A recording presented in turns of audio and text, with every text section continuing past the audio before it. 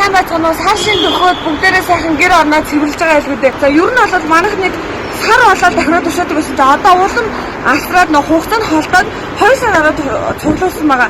Гэхдээ өнөөдөр авчирсан энэ дахиуд маань зөвхөн манайх биш, аавынх, манай дүүгийнх, манайх бас нэг офсын ажилтны ингээд 3-4 газраас цуглуулсан дахиуд юм байгаа.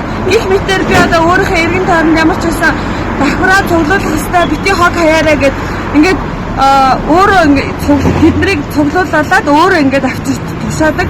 Ингээд энэ дотор болохоор дандаа нөгөө ундаа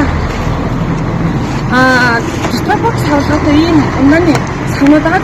Энийг болохоор ийшээ тийм та нар маань мэдэнтэй.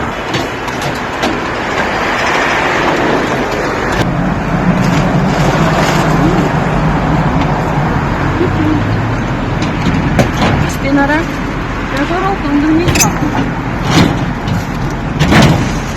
энэ пэт батлыг ишэнэ.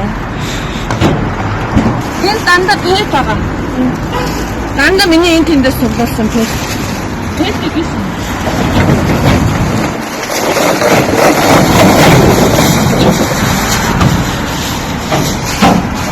Арийн дотор дандаа гэсрөө тийсэн.